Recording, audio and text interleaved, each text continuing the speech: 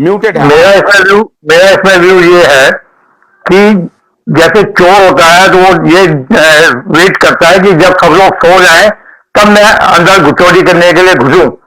उसी हिसाब से जब केजरीवाल जी ने उस वक्त को चुना जब सब लोग किसी दूसरे महामारी में जूझ रहे थे, और उस वक्त उन्होंने कई सारी ऐसी पॉलिसी बनाई, ना केवल शराब के ऊपर, उन्होंने अपने मकान को भी पूरा उसी वक्त बनाया है।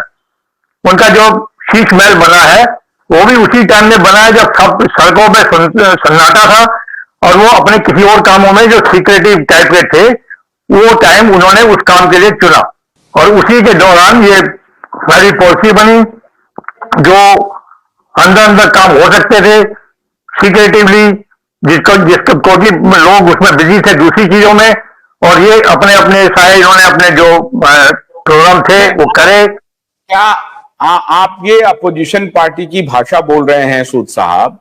आप सरकार क्या नीति नहीं बनाएगी अगर कोई महामारी आ गई तो? नहीं, बिल्कुल नीति बनाएगी, मगर घर तो नहीं बनाएगी ना अपना।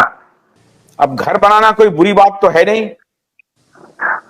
ठीक है साहब, अगर घर बनाना बुरी बात नहीं है, मगर पब्लिक फंड से आप 45 करोड़ की खर्चा कर रहे हैं, पब्लिक का 45 करोड़ रुपया खर्च कर रहे हैं, तो वो आपको सोचना पड़ेगा ना कि जिसकी आपको परमिशन ही नहीं है, आप इतने करोड़ का पैसा सैंक्शन कर ही नहीं सकते बिना एक गो में। आपने उसको पार्ट में करके, जबकि 2 साल 1.5 साल जो भी था कोविड का, उस टाइम पे आपने धीरे धीरे करके अपना पूरा पैसा सैंक्शन कर करके अंदर ही अंदर अपना मकान बना लिया।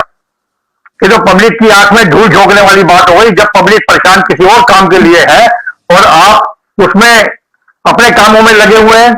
बजाय जो दूसरे लोग हैं, पॉलिटिकल पार्टियां, वो कह रही है कि लोगों के लिए क्या क्या ऑक्सीजन अरेंज करो, दूसरी चीजें अरेंज करो, और ये अपना घर का अरेंजमेंट कर रहे हैं और पैसों का लेन देन कर रहे हैं हैदराबाद से। लेकिन एक बात है कि अब घर बना रहे हैं वो तो मुख्यमंत्री का आवास है ना, कोई अपना तो अरविंद केजरीवाल ने घर बनाया नहीं, मुख्यमंत्री का आवास बना ना। सब मुख्यमंत्री का आवास बना तो कोई नक्शा पास करवाने की जरूरत होती है कि नहीं होती है? मकान किसी का भी हो तो सब चीज प्रोसेस में होनी चाहिए ना। कोई प्रोसेस में तो कुछ चीज आया ही नहीं। कितने पेड़ काटे गए, कोई प्रोसेस नहीं है। नहीं, उसमें कोई रेनोवेशन खाली हो रहा है, ऐसा तो है नहीं कि नया तोड़ करके बनाया गया है। अब ये तो आपके साथ अब तो पब्लिक डोमेन में है कि हर एक चीज कैसे कैसे हुई है, और जिसने रिपोर्ट किया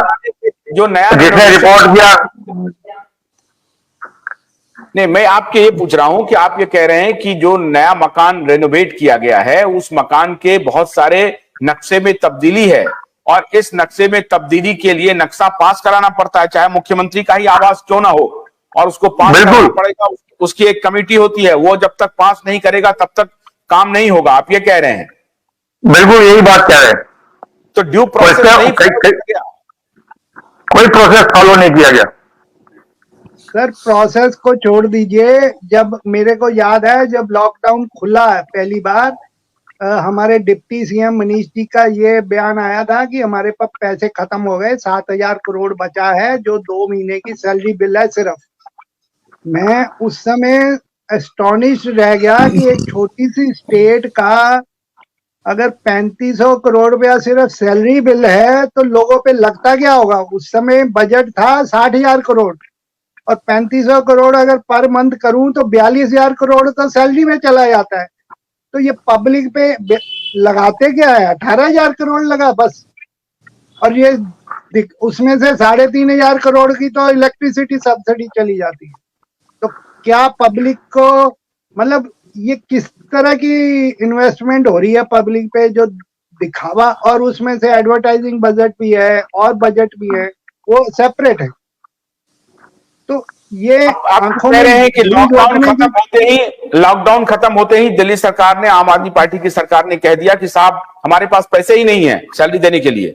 हाँ, तो जब ये सैलरी देने के लिए पैसे नहीं थे तभी तो इन्होंने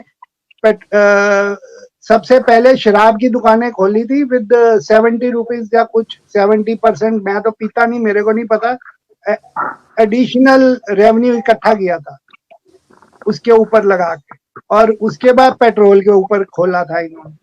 तो ये 2 सोर्स इनके रेवेन्यू के हैं और सिर्फ सैलरी, अपनी सैलरी जस्टिफाई करने के लिए ये सब रेवेन्यू अगर जनरेट करना है, पब्लिक पे कोई पैसा लग ही नहीं रहा उसका, तो फिर उस पैसे का फायदा क्या है? वो तो इसका मतलब अपने आप के ऊपर खर्चा करने के लिए बना रहे हैं पैसा। भोलानाथ के 2-in-1 बैटरी ऑपरेटेड हार्वेस्टर कम ब्रश कटर के साथ ट्रॉली अतिरिक्त लागत पर उपलब्ध है।